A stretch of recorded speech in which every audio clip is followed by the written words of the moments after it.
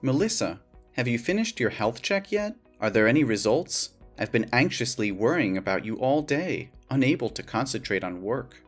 I've checked everything. I have the results, but I don't really want to discuss it right now. I need some time to compose myself. Why are you shutting me out? Are the results not good? Just tell me, and we'll face it together. Well, I have breast cancer, and they said it's an advanced stage, spreading rapidly. The doctor insisted on immediate hospitalization because it's becoming dangerously life-threatening. Oh my god. How advanced is it? How far has it spread? Can we treat it right away? Will you be okay if you undergo surgery now? Joseph, I'm in complete disarray. The doctor mentioned further tests are necessary to determine my survival rate. If you want to leave now, then go ahead. I'll sign the divorce papers. If you keep hesitating, I fear I won't find the strength to leave you later. What are you saying? Why would I abandon you? Don't tell me it's too late to save you. No, there's still a chance for me, but the treatment could be prolonged and incredibly exhausting, possibly lasting several years with substantial financial costs. I'm just afraid you won't be able to handle the immense pressure and the troubles that may come along. No, sweetheart, don't think so poorly of me. Haven't the past 2 years of love and 1 year of marriage shown you my commitment? I accept it all, and I'll stand by your side no matter what happens. So let's face this together, openly. Joseph, thank you. Well, here it is. It appears the cancer is even more advanced than I thought. Preserving breast tissue might be challenging. The doctor mentioned a mastectomy, chemotherapy, and radiotherapy as necessary for my survival, which means I won't be the same as before. Honey, I'm not an expert, so I'll scour the internet for more information. Maybe the way I phrase it isn't accurate, but does that mean they'll remove your breast tissue? Yes, exactly as you said. Well, if I'm fortunate, they won't have to remove all of it, just a portion. I can't even begin to imagine it. What's going to happen? Will your breasts just change? It's hard to say for sure, but it's likely that their shape will be affected. They might become asymmetrical or even lose their natural appearance. I'm sorry if it turns out that way. No, I should be the one apologizing. It's my negligence that has led to this critical situation. I should have taken you to the doctor when you first mentioned breast discomfort 2 months ago, but I've been too consumed by work to be there for you. It's all my fault, Melissa. I'm deeply sorry for failing you. No, please don't blame yourself. This isn't your fault. Are you concerned about how this change will affect your attraction to me? I understand if you find it difficult to accept. Don't say that. I didn't marry you for your physical appearance, Melissa. I don't care how your breasts look. My love for you is far deeper than that. But there's something else, Joseph. The doctor advised against getting pregnant during the treatment because it could harm the baby due to the medications involved. This means our dreams of having a child might have to be postponed indefinitely. Can you handle that? If you feel it's too much to bear, I'm willing to leave so you can find a partner who can give you everything. If I wanted someone perfect, I wouldn't have chosen you. You're the most important person in my life, and I don't care if we can have biological children or not. All that matters to me is that we face this together as a team. If we can't have our own children, we can explore other options like adoption. Our love can still create a beautiful family. Joseph, your unwavering love gives me strength. Thank you for being by my side. Now I can face the upcoming surgery with newfound courage. And knowing you're not alone makes me feel stronger too. I thank God every day for bringing you into my life. I'm grateful to have you as my husband, Joseph. I love you more than words can express, my dear. Now, take some rest and get ready for our date tonight. I'll take you to our favorite restaurant, where we can cherish each moment together. Yes, Joseph. I look forward to it.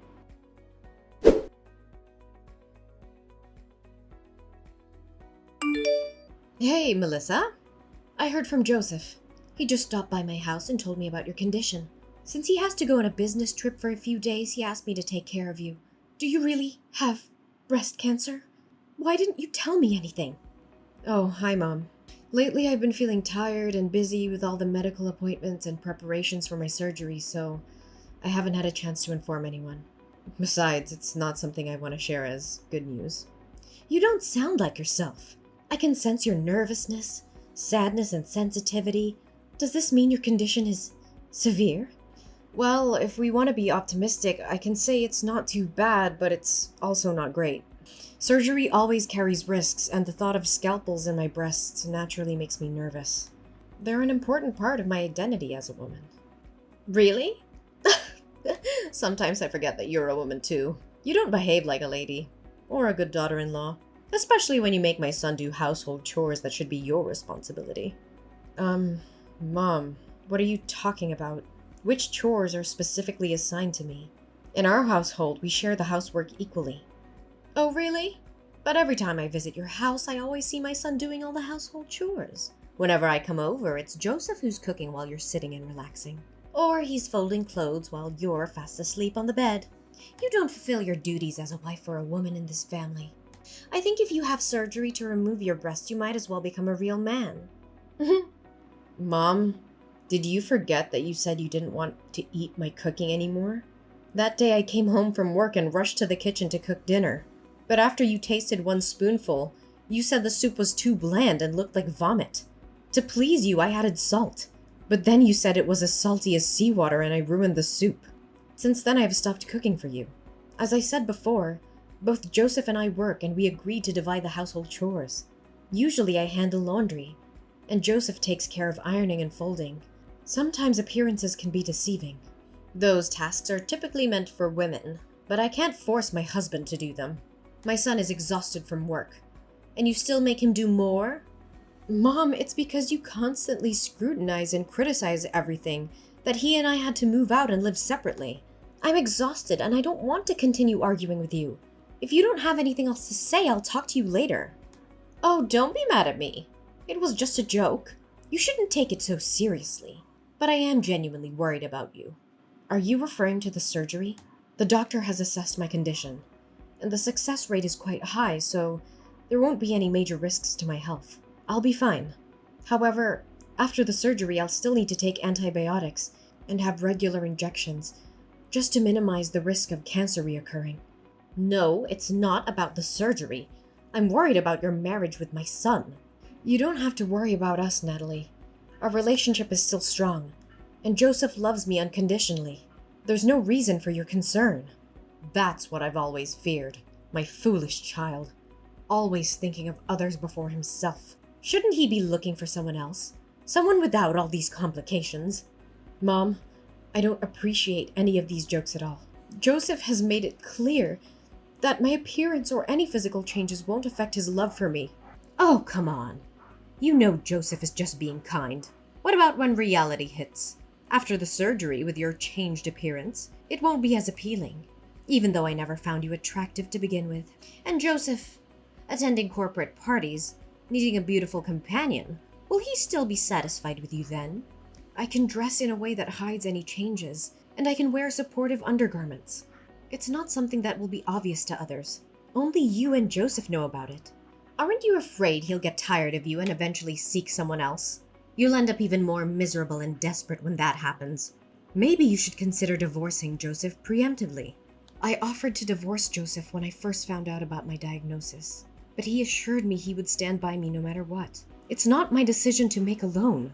Besides, beauty is subjective, and Joseph sees beyond physical appearances. You're always so argumentative, Melissa. That's why I say you lack femininity. And what about children? After the surgery, you won't be able to have children anymore. Joseph has always wanted a child. Do you have the heart to make him so sad? The inability to conceive is temporary during the treatment. We have discussed it and Joseph is willing to wait. We have even considered adoption as an option to fulfill our desire for a family. No! I absolutely disagree with that. Adoption? I never approved of such a thing. The primary duty of a woman is to give birth. And if you can't fulfill that, you don't deserve to be my daughter-in-law. And how many more years will you make me wait for a grandchild? I'm over 60. I don't want to wait any longer. This is not something you can dictate, Natalie. Your reasons for happiness are ridiculous. What is it you really want to say? You are an insufferable daughter-in-law. Don't you understand that you should respect your mother-in-law? Fine. Let's be direct then. I want you to divorce Joseph. I can't accept having a messy, sick, and weird daughter-in-law like you. I believe you're incapable of giving birth to a child for Joseph. And even if you did, I question the child's health. What if they also face the same challenges? Or if they are teased for not having a normal mother? It's selfish of you to only think of yourself. You do realize that breast cancer isn't contagious, right? Besides, I don't want to divorce Joseph. I love him very much. And it seems like Joseph disagrees with your idea as well, doesn't he? If Joseph had agreed, you wouldn't have gone to such great lengths to convince me of anything. I have already introduced Joseph to a friend's daughter. I really like that girl and want her to be my daughter-in-law. But I don't understand what it is about you that Joseph loves so much. So if you want a divorce, go ahead. I won't give you a hard time. No, absolutely not. I think that settles it, doesn't it? Now, I have to go for my hospital visit, so I won't be able to argue with you any longer. Besides, maybe I don't need your care as Joseph asked. I believe I'll be better off without your help. Goodbye. You're so stubborn. We'll see about that. But mark my words, Melissa. One day, Joseph will come to his senses and realize that he deserves better than you.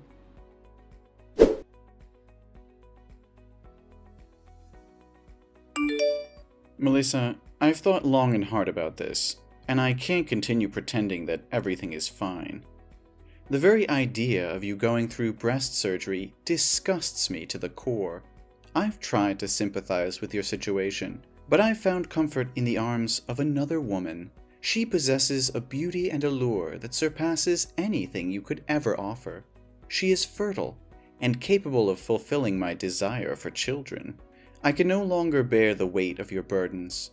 Divorce is the only path for us now, and I insist that you disappear from my life, taking your illness with you. I am devoid of any care or compassion, and I won't spend a single penny on your behalf. Don't text me back. I don't want to talk with you anymore. Leave my house before I return, for you have never been deserving of my love.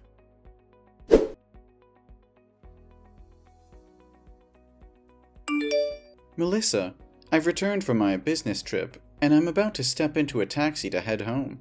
Shall we go out to eat together tonight before your hospital visit tomorrow? I miss you so much. How dare you speak to me as if nothing happened? You think a simple date can erase the hurtful and cruel words you uttered? Do you have any idea how utterly devastated and crushed I felt after reading those messages? Don't worry. I've already packed my things and won't take any of your possessions with me. I'm so sorry, Melissa. You must have been very angry with me because I didn't text you these days, right? But you said I said hurtful or heartless words? I'm a bit confused. What? Don't pretend to know anything. Scroll up and reread those horrible texts you sent me this morning. Do you know how desperate and sad I was after I read those lines? Wait a moment. I genuinely don't understand what you're accusing me of. I haven't sent you any texts in the past few days. I didn't even have my phone with me. Don't play innocent with me. The messages I received came from your number. Are you suggesting someone else used your phone to send those heartless messages? I'm telling you the truth, Melissa. I haven't touched my phone until just now. I had to visit my mother's house briefly before heading to the airport, and I accidentally left my phone there. That's why I couldn't contact you. I only just retrieved it a short while ago. So you expect me to believe that you didn't send those vile messages? Yes, Melissa. I swear on everything that I hold dear. You are my world, and I would never stoop so low as to hurt you in any way, even intentionally. How can I be certain that you're telling the truth? Can I truly trust you after this betrayal? I understand your skepticism, but I assure you I'm being honest. In fact, I had a crucial meeting with a client this morning. If you need proof, you can verify it with my colleague. I even rushed through my work to be home with you earlier. I haven't had a moment's rest since. All right, Joseph. I believe you. I'm sorry for jumping to conclusions earlier. No, I understand why you thought that way. It's understandable since it came from my phone number. But who would do such a thing to make you misunderstand me? Is it possible that someone hacked into my phone just to play this cruel joke on you, knowing about your battle with breast cancer? Hold on a moment. I think I may have an idea who could be behind this. When I initially read the messages, I was overwhelmed with sadness and disappointment, and I didn't take the time to analyze the situation carefully. However, upon rereading them, I noticed some suspicious clues. What? Do you have a suspect in mind? Please tell me. It's all speculative at this point, and nothing is certain. But maybe the truth won't be easy for you. I don't get it. What do you mean? We'll discuss this in more detail once you're home.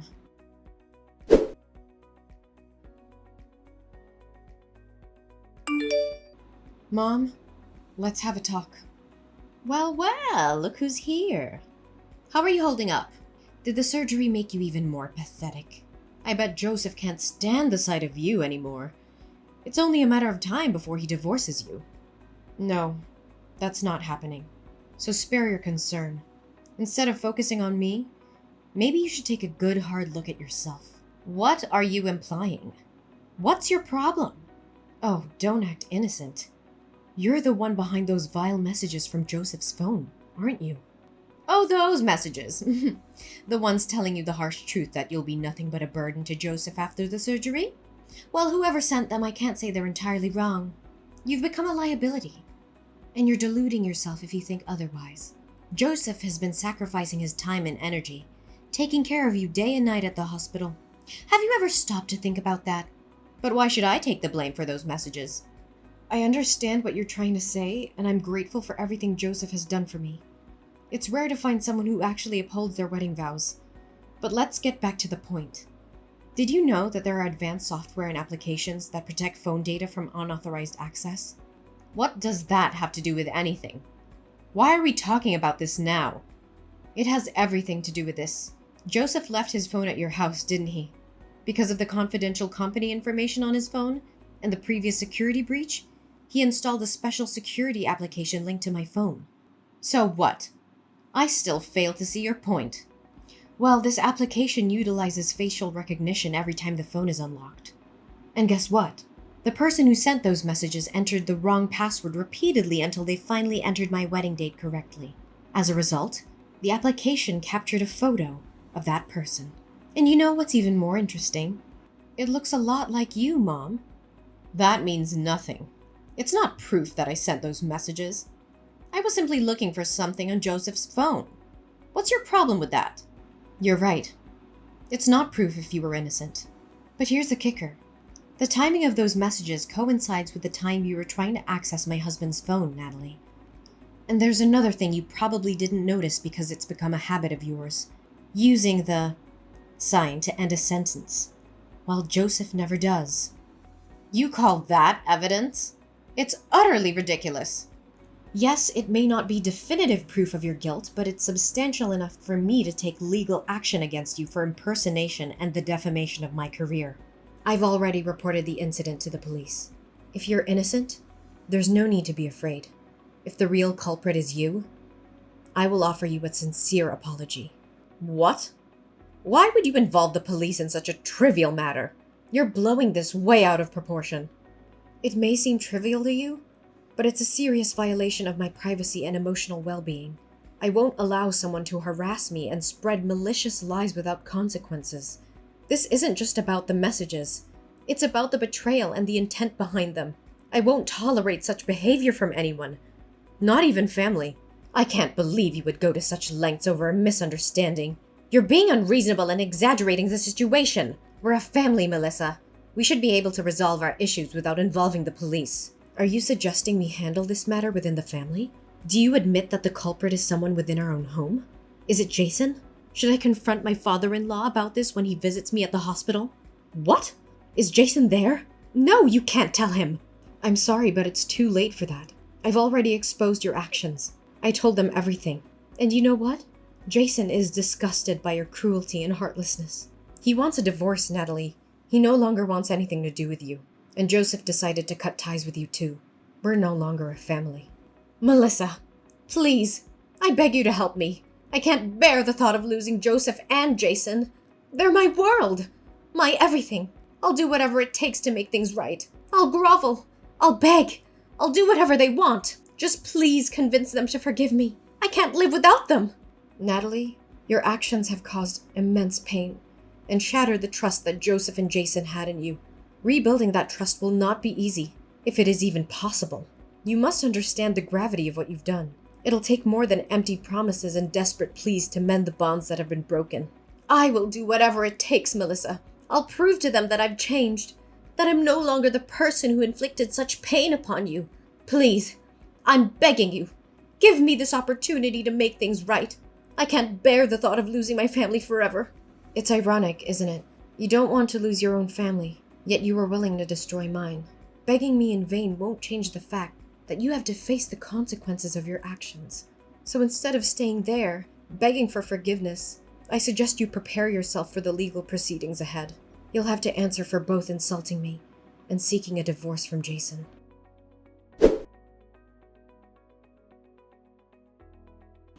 My determination to seek justice prevailed as the legal proceedings unfolded. The court recognized the gravity of Natalie's actions and the immense damage she had caused. Natalie was ordered to pay substantial compensation for her deceitful behavior, a financial burden that would weigh heavily on her for years to come. Furthermore, the truth about Natalie's manipulation and cruelty came to light, leading to a devastating consequence for her marriage. Jason, deeply hurt by her actions and unable to reconcile with the betrayal, made the difficult decision to end their relationship. Natalie found herself facing not only financial ruin, but also the loss of her family. Joseph, too, could no longer bear the weight of Natalie's deception and the pain she had inflicted upon me. He chose to sever all ties with Natalie, recognizing that her actions were irredeemable and incompatible with a healthy, loving relationship. On the other hand, my resilience and unwavering spirit allowed me to overcome the challenges I faced. As a cancer survivor, I found solace in the love and support of Joseph, who stood by my side throughout the tumultuous ordeal. Together, we created a new chapter in our lives, filled with happiness, growth, and a profound appreciation for the bond we share. My strength and triumph over adversity inspired others facing similar struggles, and I became an advocate for cancer survivors, offering comfort and guidance to those in need. My journey of healing and personal growth served as a beacon of hope for those who face their own battles.